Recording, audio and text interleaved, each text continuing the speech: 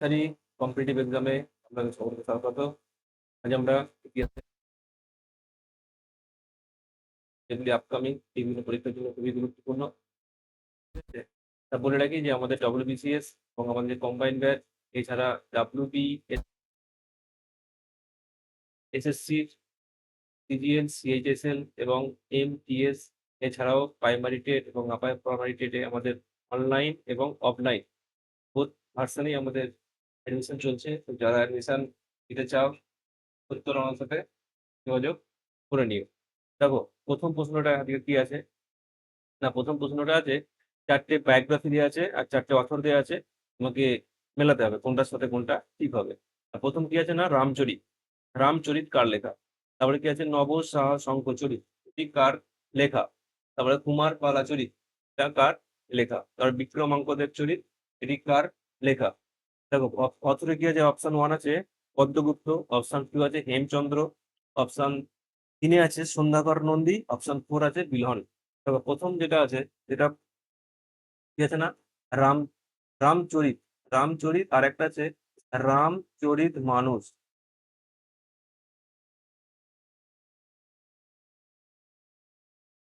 এই দুটোর মধ্যে আমাদের কনফিউশন থাকে, রামচরিত মানুষ আর রামচরিত। এবার রামচরিত কার লেখা? রামচরিত লেখা হচ্ছে সন্ধ্যাকর নন্দী। রামচরিত কার লেখা? সন্ধ্যাকর নন্দী। তাহলে এখানে অপশন এর সাথে কি মিলছে? 3 মিলছে, এর সাথে 3। আর রামচরিত মানুষ এটা কিন্তু আলাদা, ঠিক আছে, মনে রাখবে। রামচরিত সন্ধ্যাকর নন্দী, আর রামচরিত মানুষ এর লেখক হচ্ছে তুলসী দাস। তুলসী দাস। এটা লেখা হয়েছিল আকবরের সময়, সম্রাট আকবরের সময় লেখা হয়েছিল। আর রামচরিত লেখা হয়েছিল পাল যুগে, পালা যুগে, ঠিক আছে, যেটা রামপালের সময় লেখা হয়েছিল। রামপাল, ঠিক আছে, বুঝে গেল? রামপালের সময় লেখা হয়েছিল। এটাকে কি জানতে পারি, রামচরিত থেকে আমরা কি জানতে পারি না, রামপালের সময় যে বাংলায় যে কৈবর্ত বিদ্রোহ হয়েছিল, সেই কৈবর্ত বিদ্রোহ সম্পর্কে আমরা জানতে পারি কি থেকে? না, রামচরিত থেকে। এই রামচরিত গ্রন্থটি কোন ভাষায় লেখা? না, সংস্কৃত ভাষায় লেখা, ঠিক আছে। তারপরে আছে কি, নব সাহস অঙ্ক চরিত, এটা হচ্ছে কার লেখা? না, এটা হচ্ছে পদ্মগুপ্তের লেখা, পদ্মগুপ্ত। তাহলে পি এর সাথে দেখো পদ্মগুপ্ত, তাহলে P1, ঠিক আছে। তাহলে সি আছে, দেখো সি এ কি আছে, কুমার পাল চরিত। কুমার পাল চরিত কার লেখা? না, বিলহনের লেখা হচ্ছে কুমার পাল চরিত, বিলহন। বিলহনের লেখা হচ্ছে কুমার পাল চরিত। এই কুমার পাল চরিত থেকে কার কথা জানতে পারি? না, রাজা কুমার পালের কথা আমরা এখান থেকে জানতে পারি। আর অপশন ডি এ কি আছে? অপশন ডি আছে কি, বিক্রমাঙ্কদেব চরিত। এটা সবাই জানি যে কার লেখা? না, হেমচন্দ্রের লেখা বিক্রমাঙ্কদেব চরিত, হেমচন্দ্রের লেখা। তাহলে D2, তাহলে A3B1C4D2, A3B1C4D2, তাহলে option 1 is the correct answer. বোঝা গেল? তাহলে আমাদের এখানে মনে রাখতে হবে রামচরিত আর রামচরিত মানুষের সাথে এটা গুলিয়ে না যায়, ঠিক আছে। এর পরের প্রশ্ন কি আছে দেখো,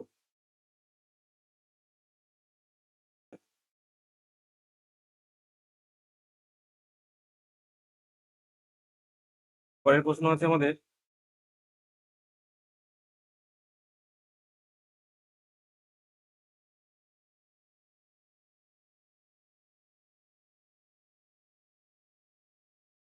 পরের প্রশ্ন দেখো, পরের প্রশ্ন আবার আছে কি দেখো, which of the following text are written by Amir Khusrau. 4টে বই দেওয়া আছে, এর মধ্যে কোনটা আমির খসরু লেখা তোমাকে বলতে হবে। তাহলে অপশন 1 কি বলে দেখো, 1 2 3, 1 2 3। অপশন বি আছে কি 2 3 and 4। অপশন সি বলছে কি 1 3 and 4। অপশন ডি কি বলছে 1 2 3 4, মানে সবগুলোই বলছে। তাই আমির খসরু লেখা বইগুলোর লিস্ট আমাদের মুখস্থ করতে হবে, তবেই আমরা বলতে পারবো কিন্তু এই ধরনের প্রশ্ন থাকলে। তাহলে আমির খসরু কি কি বই লিখেছিল দেখো, এখানে অপশন 1 কি আছে, অপশন 1 আছে হাজিউল ফুতু, 2 নম্বর আছে নূ সিপির, অপশন 3 আছে কি মুফতাউল ফুতু, অপশন 4 আছে ইরহাস উস সাদিন। ঠিক আছে, এই সবগুলি কিন্তু আমির খসরুর লেখা, সবগুলি হচ্ছে আমির খসরুর লেখা। আমির খসরু সম্পর্কে আমাদের জানতে হবে। দেখো, আমির খসরুকে ভারতের তোতা পাখি বলা হয়, কি বলা হয়? তুতু ই হিন্দ, তুতি ই হিন্দ, তুতু তুতু ই হিন্দ বা হিন্দুস্তানের তোতা পাখি কে বলেছিল? ঠিক আছে, আমির খসরুকে হিন্দুস্তানের তোতা পাখি কে বলেছিল? আলাউদ্দিন খিলজি বলেছিল। এবং আমির খুসরো ছিলেন সুলতানি যুগের 5টা সুলতানের সমসাময়িক। ঠিক আছে, এটা মনে রাখতে হবে। আর আমির খুসরোর এই 4টে লেখা বই হচ্ছে আমির খুসরোর লেখা বই। এবার কোন বই থেকে আমরা কি জানতে পারি? দেখো, প্রথম কি আছে, খাজা উল ফুতু, এই বই থেকে আমরা কি জানতে পারি না, আলাউদ্দিন খিলজির রাজ্য জয়ের কথা জানতে পারি। এখান থেকে আমরা জানতে পারি কি, আলাউদ্দিন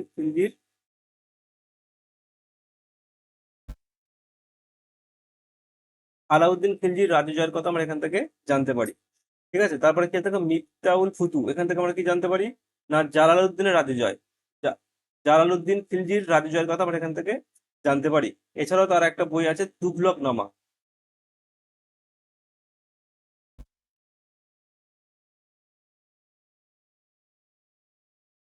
আর একটা বই ছিল কি, তুঘলক নামা। ঠিক আছে, আরো একটা বই আছে, তার নাম হচ্ছে খামসাহ। এগুলো সবই হচ্ছে কি আমির খুসরুর লেখা। ঠিক আছে, নেক্সট পয়েন্ট কি আছে, নেক্সট প্রশ্ন কি আছে দেখো। নেক্সট প্রশ্ন আছে, who founded separate department called Diwani Amiri Kohi. এই দিওয়ানি আমিরি কোহি, এটি কে তৈরি করেছিল? দিওয়ানি আমিরি কোহি কি, এটা একটা এগ্রিকালচারাল ডেভেলপমেন্টের জন্য, মানে এগ্রিকালচার ডেভেলপমেন্টের জন্য এটা নির্মাণ করা হয়েছিল। যেটা তৈরি করেছিলেন কে, মোহাম্মদ বিন তুগলক। যেটা তৈরি করেছিলেন মোহাম্মদ বিন তুগলক। তারা দিওয়ানি আমিরি কোহি কে করেছিল না, মোহাম্মদ বিন তুগলক এটি মানে একটা সেপারেট ডিপার্টমেন্ট তৈরি করেছিল যার নাম ছিল দিয়ানি আমিরি কোহি, যার আর মূল মোটো ছিল কি না, দোয়াব অঞ্চলের চাষবাসের উন্নতির জন্য একটা আলাদা ডিপার্টমেন্ট, যেখান থেকে তিনি কৃষির জন্য লোনও দিয়েছিলেন, যার নাম ছিল সুন্দর লোন। ঠিক আছে, এবং মোহাম্মদ বিন তুগলককে বলা হয় প্রিন্স অফ মানি। কি বলা হয়? Prince of money. Prince of money. আচ্ছা, মোহাম্মদ বিন তুগলক পাগলা রাজা বলা হয়, এটা তোমরা সবাই জানো। একে বলা হয় প্রিন্স অফ মানিও বলা হয়। ঠিক আছে, তারপরে দেখো কি আছে, ফিরোজ তুগলক। এই ফিরোজ তুগলক কি বলা হয় না, সুলতানি যুগের আকবর বলা হয় ফিরোজ শাহ তুগলককে। ঠিক আছে, এবার আলাউদ্দিন খিলজি সম্পর্কে আমরা পরবর্তীকালে আরো বিশেষ কিছু জেনে নেব। নেক্সট প্রশ্ন কি আছে দেখো, পরবর্তী প্রশ্ন আছে, consider the following statement with reference to trade union movement in India. এটা একটা মডার্ন হিস্ট্রি থেকে কোশ্চেন। ঠিক আছে, দেখো প্রথম প্রশ্নটার প্রথম অপশন আছে কি দেখো, all Indian trade union congress was founded 1920। 2 নম্বর অপশন কি বলছে, Lala Lajpat Rai was elected its first president. Option 3 কি বলছে না, all Indian trade union federation was formed by S A Dange in 1929। Select the correct answer, এর মধ্যে কোনটা কারেক্ট দেখো। অপশন 1 বলছে all Indian trade union congress was founded in 1920, এটা ঠিক আছে। অপশন 2 কি বলছে, Lala Lajpat Rai was elected in first president, এটাও ঠিক আছে। তারপর কি বলছে, all Indian trade union federation was form by S A Dange. এটা S A Dange all Indian trade union federation কিন্তু তৈরি করেনি। কে করেছিল না, all Indian trade union federation, এটা তৈরি করেছিল হচ্ছে তোমার NM Joshi. NM Joshi. NM Joshi. Joshi কত সালে না, 1931 সালে।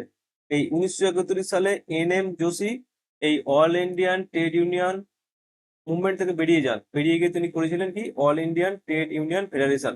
তাহলে এখানে অপশন 1 ইজ কারেক্ট আর 2 কারেক্ট, তাহলে 1 and 2 হচ্ছে এখানে কারেক্ট অ্যান্সার। ঠিক আছে, অপশন 3টা কেন নয় সেটা বলে দেওয়া হলো, যে এস এ ডাঙ্গে কিন্তু all Indian trade union federation তৈরি করেননি, করেছিলেন কে, NM জোশী। কত সালে? 1929 সালে নয়, 1931 সালে। পরের প্রশ্ন কি বলছে দেখো, পরের প্রশ্ন বলছে, who were the famous painter at Jahangir court. জাহাঙ্গীরের যে রাজসভায় যে বিখ্যাত যে পেন্টার ছিল, তাদের মধ্যে কোনগুলো, এদের মধ্যে কোনগুলো? অপশন 1 কি বলছে, অপশন 1 আছে পাসওয়ান। অপশন 2 বলছে মনসুর। অপশন 3 বলছে আহ, বিশুন দাস আর অপশন 4 হচ্ছে মনসুর। ঠিক আছে, প্রথমটা হচ্ছে পাসওয়ান, অপশন 2 হচ্ছে মানোহার, অপশন 3 বিশুন দাস, অপশন 4 হচ্ছে মনসুর। ঠিক আছে, দেখো এর মধ্যে 4জনই কিন্তু জাহাঙ্গীরের দরবারে ছিল। ঠিক আছে, 4জনই ছিল।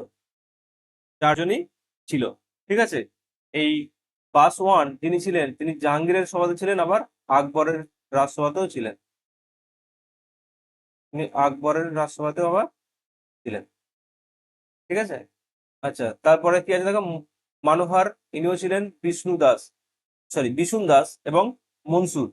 এই বিশুন দাস ইনি ছিলেন সব থেকে best painter of Jahangir sport. ঠিক আছে। আর মনসুর মনসুর ঠিক আছে, এনাকে জাহাঙ্গীর নাদির উল আসার,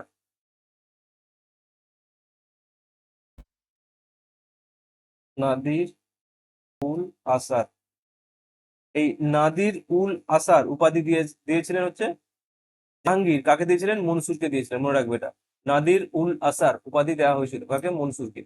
বোঝা গেল? তাহলে এই চারজনই ছিল জাহাঙ্গীরের রাজসভার বিখ্যাত সব পেন্টার, যার মধ্যে বাসওয়ান ছিলেন আকবরের রাজসভাতে ছিলেন। ঠিক আছে। পরবর্তী প্রশ্ন কি আছে দেখো, which ancient city was named Palibothra? Palibothra কি নাম? Palibothra, Palibothra in the Greek text, Greek টেক্সটে, ঠিক আছে, বা গ্রিক গ্রন্থে কোন শহরকে পলিব্রতা বলা হয়েছে? দেখো এখানে প্রথম অপশন কি আছে? পুরুষপুর, এটা ছিল কি বর্তমান নাম পেশোয়ার। ঠিক আছে। তারা পাঠান আছে, তারপর কি অহিচ্ছত্রের এনসিয়েন্ট সিটি, আর একটা পাটলিপুত্র। এই পাটলিপুত্রের হচ্ছে প্রাচীন নাম, বা গ্রিক টেক্সটে এই পাটলিপুত্রকে বলা হয়েছে পলিব্রত। ঠিক আছে। পরের প্রশ্ন কি আছে দেখো, পরের প্রশ্ন বলা হচ্ছে আহ আচ্ছা, তাহলে দেখো আমাদের দিশারি কম্পিটিটিভ এক্সামে ডব্লিউবিসিএস কম্বাইন এবং এসএসসির মানে স্টাফ সিলেকশন কমিশনের সিজিএল, সিএইচএসএল, এমটিএস এবং এনটিপিসি, এছাড়া টেট, এসএলএসটি, এগুলোর জন্য অ্যাডমিশন চলছে অনলাইন এবং অফলাইন বোথ ভার্সনে। যারা অ্যাডমিশন নিতে চাইছো সত্য যোগাযোগ করে নিও। আর ভিডিওটি যদি ভালো লাগে তাহলে বন্ধুদের সাথে অবশ্যই শেয়ার করো এবং অবশ্যই একটি লাইক দেবে। দেখো পরের প্রশ্ন কি আছে দেখো, the religious reform in Bombay were started by whom? তাহলে এই যে চারটে সংগঠনের নাম দেওয়া আছে, এর মধ্যে বোম্বাই রিলিজিয়াস মুভমেন্ট কারা চালু করেছিল? তার প্রথমে আছে কি প্রার্থনা সমাজ। ঠিক আছে। তারপরে কি আছে? দেওবন্দ স্কুল। তারপরে কি আছে? ব্রহ্ম সমাজ। আর 4 নম্বর কি আছে না, পরমহংস মন্ডলী। পরমহংস মন্ডলী। দেখো প্রার্থনা সমাজ কত সালে হয়েছিল? না 1867 সালে তৈরি হয়েছিল প্রার্থনা সমাজ। কোথায় হয়েছিল? না বোম্বাইয়ে হয়েছিল। ঠিক আছে। কে প্রতিষ্ঠা করেছিলেন? আত্মারাম পান্ডুরঙ্গ। কে প্রতিষ্ঠা করেছিলেন? আত্মারাম পান্ডুরঙ্গ।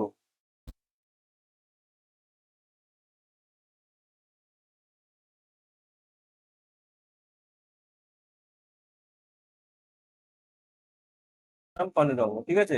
আত্মারাম পান্ডুরঙ্গ, তার সাথে ছিলেন হচ্ছে আমাদের জাস্টিস এমজি রানাডে। আর কে ছিলেন? Justice MG Ranade.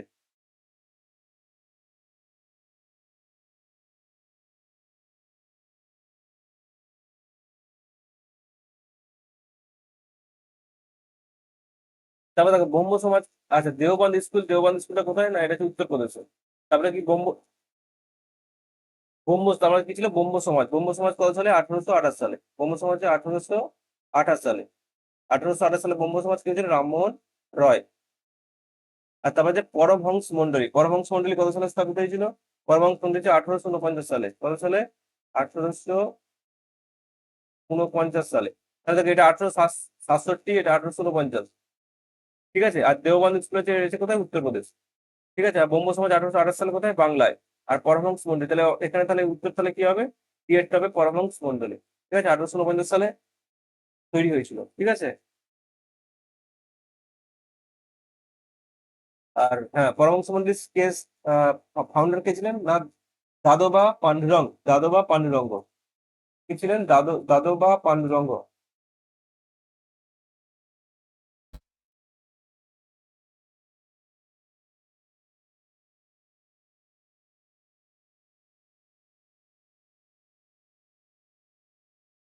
পরের প্রশ্ন কি আছে? Who wrote the book the Indian মুসলমান ইন্ডিয়ান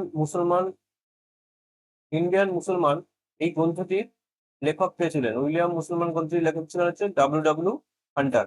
ডাব্লিউ ডাব্লিউ হান্টার, ইনি ছিলেন একজন আহ ভারতবর্ষের একজন সিভিল সার্ভেন্ট। ঠিক আছে। তিনি এই গ্রন্থটা লিখেছিলেন যে ইন্ডিয়ান মুসলমান। ঠিক আছে। এছাড়া কোনো এক্সট্রা রকম নেই। পরের প্রশ্ন কিন্তু দেখো, arrange the following event in correct chronological order? চারটে এখানে যুদ্ধের নাম দেওয়া আছে, যুদ্ধগুলো ক্রোনোলজিক্যাল অর্ডারে সাজাতে হবে। তা প্রথম যুদ্ধ কি আছে না, ফার্স্ট ব্যাটল অফ পানিপথ। 2 নম্বর কি আছে, 2 নম্বর দেওয়া আছে ব্যাটেল অফ কানোয়া, 3 নম্বর আছে ব্যাটেল অফ ভাগাড়া, আর 4 নম্বর আছে কি ব্যাটেল অফ চান্দেরি। যাতে প্রথম পানিপথ যুদ্ধ কবে হয়েছিল না 1526 সালে হয়েছিল, আমরা সবাই জানি এটা।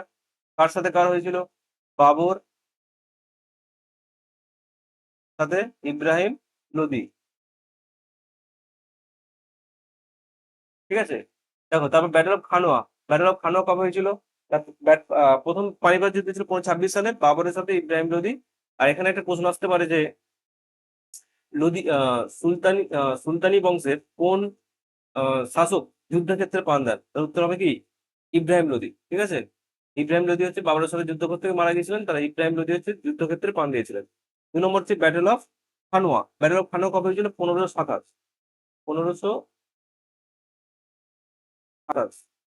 ঠিক আছে। 1527 সালে কার সাথে হয়েছিল না বাবরের সাথে রানা সঙ্গ,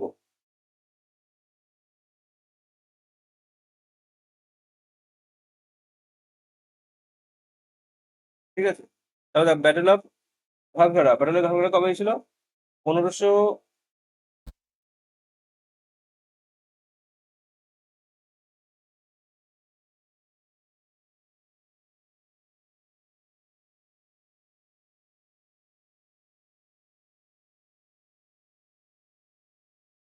ব্যাটেল অফ ঘাগরা হয়েছিল কত 1529 সালে, 1529 সালে ব্যাটেল অফ ঘাগরা হয়েছিল। আর ব্যাটেল অফ চান্দেরি হয়েছিল 1529 সালে, ঠিক আছে। এবার দেখো দুটোই তো 1529, ঠিক আছে। চান্দেরির যুদ্ধ হয়েছিল 1529 সালের 29শে জানুয়ারি, 29শে জানুয়ারি, ঠিক আছে। আর ব্যাটেল অফ ঘাগর হয়েছিল কবে 1529-এর 6 মে, 6 মে, ঠিক আছে। এই ডেট গুলো মনে রাখতে হবে। তাহলে প্রথম তাহলে কি 1526, তারপরে 1527, তারপরে 1529 আর তারপরে 1529-এর 6 মে। তাহলে উত্তর তাহলে কি হচ্ছে তাহলে এখান থেকে, তা প্রথম 1, 2, 4, 3, তাহলে অপশন এখানে C is the correct answer. এবার এখানে দেখো ব্যাটেল অফ ঘারঘারা, তাই তো। ঘারঘারা যুদ্ধ কার সাথে হয়েছিল, মাহমুদ লোদির সাথে বাবরের, বাবরের সাথে কার হয়েছিল মাহমুদ লোদি।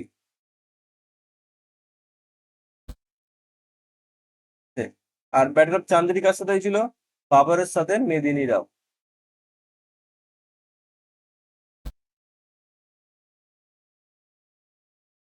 ঠিক আছে। বাবরের সাথে মেদিনী রাও হয়েছিল কি ব্যাটেল অফ চান্দেরির যুদ্ধ। এই চারটে যুদ্ধ, ঠিক আছে। পরের প্রশ্ন দেখো কি আছে, when did the Muslim League observe direct action day. এই ডাইরেক্ট অ্যাকশন ডে মুসলিম লীগ কবে পালন করেছিল, এটা হবে 16ই আগস্ট,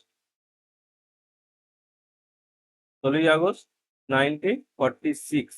কি জন্য করেছিল না, বলেছিল কি লড়কে লেঙ্গে পাকিস্তানের ডিমান্ডের জন্য তারা ওই 16ই আগস্ট 1946-এ করেছিল কি Muslim League observe the direct action day, যাকে বলা হয় প্রত্যক্ষ সংগ্রাম দিবস, ঠিক আছে। তাহলে অপশন এখানে কি হলো আনসার, 16ই August 1946, option two, two is the correct answer, ঠিক আছে।